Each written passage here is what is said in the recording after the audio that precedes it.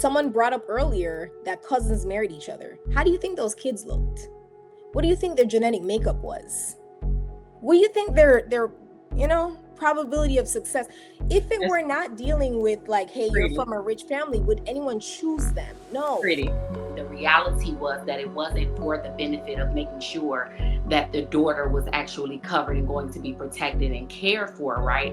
It was more so a business deal. It had nothing to do with making sure you're going to treat my daughter right and protect her and all of that. No, you could beat her around, you could you could do whatever you want to her. I just want to make sure that our business will continue and that I can capitalize off of what we have going on. There was a time when women weren't allowed to work.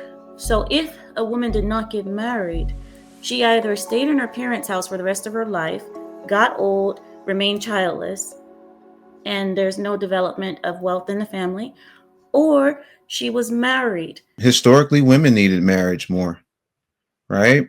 But, in all fairness, you have to look at the fact that, and I'm married, I can tell you, more married men do well financially because they have a wife, they have people to support. The other part of that is we do tend to live longer because we have something to look out for, something to protect. We're naturally wired to do that.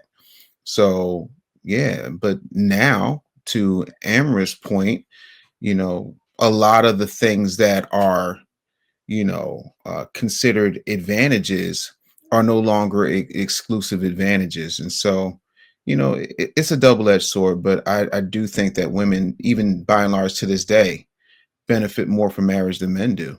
Did marriage protect women or just protect men's access to women? I want to hear what the men got to say.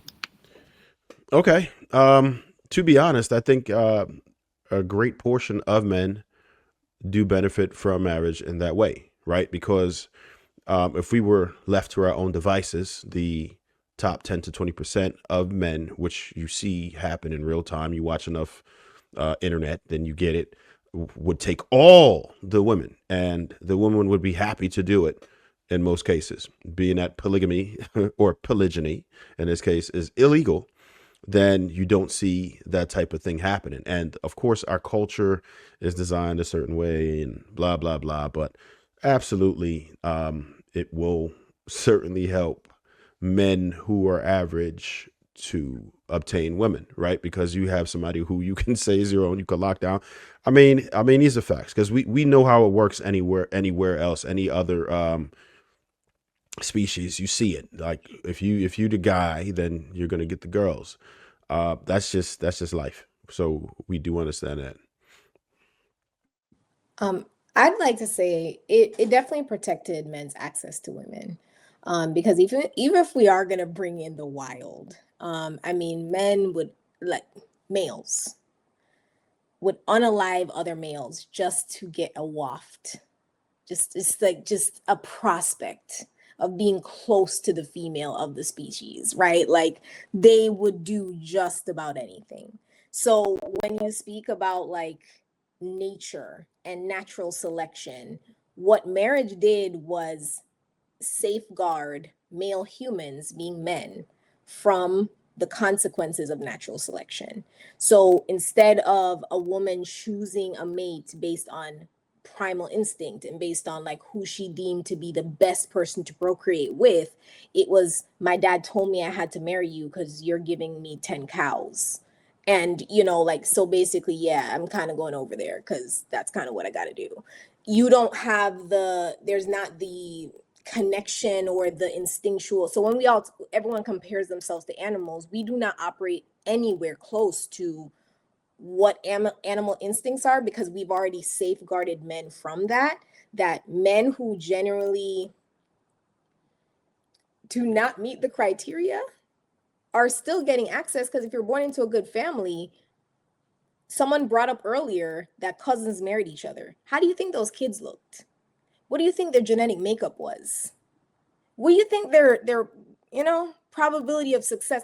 If it were not dealing with like, hey, you're from a rich family, would anyone choose them? No. Pretty. Yeah. That's why the people got cleft lips and correct. all And kinds the of, chin, you know, like, but yeah, like all of those things, it's from that. Like, and these were royals that would have these features because they did not like, come on. So women are not choosing those men because they're like, wow, you are giving very much, this is who I want to procreate with. No, it's my dad said I had to marry you because he would like land. And that's what that was. So it definitely protected men's access to women for sure. So I'm listening to the question, and I think depending on the timeline and the intent of the people we were talking about, right? So when I think about what I believe traditional marriage was set up for, it was to be covering, to be the covering for the woman, to make sure that she had a male that was going to be there to fend off from other males, because we can be aggressive and take what we want, especially in the traditional times, right? So you have people that are standing in the gap to be a protector and a provider. All the things that they list that men are supposed to do was what her father was supposed to do prior to him handing the reins off to you.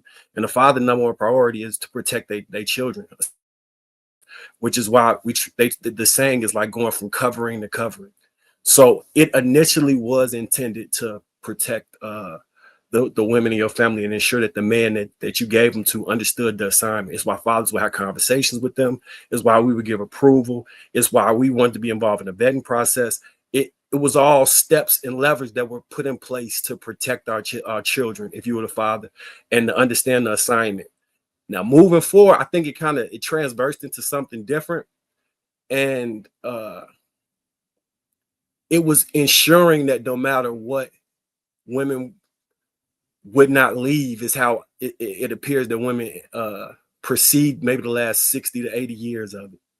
And I think we're bucking up against the fact that society is civilized to the point that it's not necessary to have a male protector in the house specifically, because you can call the police for it. Plumber and all of these jobs that traditional masculinity would be in charge of, you can finance now, or you can figure out, you can brush them off on this to someone else, so the man doesn't have to specifically do those things. So with that said, the trade-off isn't the same, and men vice versa feel the trade-off isn't the same, because we got dishwashers, we got Grubhub or Uber Eats, childcare. So it's so many different amenities that current society provides. It's hard to make the argument for either side that marriage doesn't, you know what I'm saying, it doesn't provide what it did in the past. So we run into just difficulty making that argument today. I just wanted to say something to Marcus' statement, Amara, then I'll let you go. I'm sorry. I think it was, to a certain degree, what you just stated was like romanticizing marriage, especially back in the day, when you were saying like it was going from one covering to the other, when the reality was that it wasn't for the benefit of making sure that the daughter was actually covered and going to be protected and cared for, right? It was more so a business deal. It had nothing to do with making sure you're going to treat my daughter right and protect her and all of that. No, you could beat her around. You could, you could do whatever you want to her. I just want to make sure that our business will continue and that I can capitalize off of what we have going on. I want to make sure that our families will grow richer because you're able to pay the 10 cows and whatever to actually have her. It wasn't like I had this conversation and I feel like he's the best candidate for you because I think he's the best moral and ethical person to treat my daughter correctly. I think over time in history, it might have gotten to that point, especially once we weren't talking about, what a man could actually give you financially, right? Now we have to start talking about how he treats you. Now we care about that part. But before that, in the beginning of history, none of that mattered, right? That's why they were marrying cousins were cousins. That's why they were bringing, certain people over. They don't care that you covering and protecting her. No, just make a baby with her and you could treat her however you want to. You ain't even got to talk to her. Who cares how she feels or if you're actually providing and protecting her? I think in our minds, we would like to think that that's the trade-off that happened. But history has shown that, women were heavily misused, abused. I mean, they were literally marrying off their 8-year-old to a 37-year-old man. How is that making sure that she's covered and provided? Like, that's insanity, So I just wanted to comment on that part.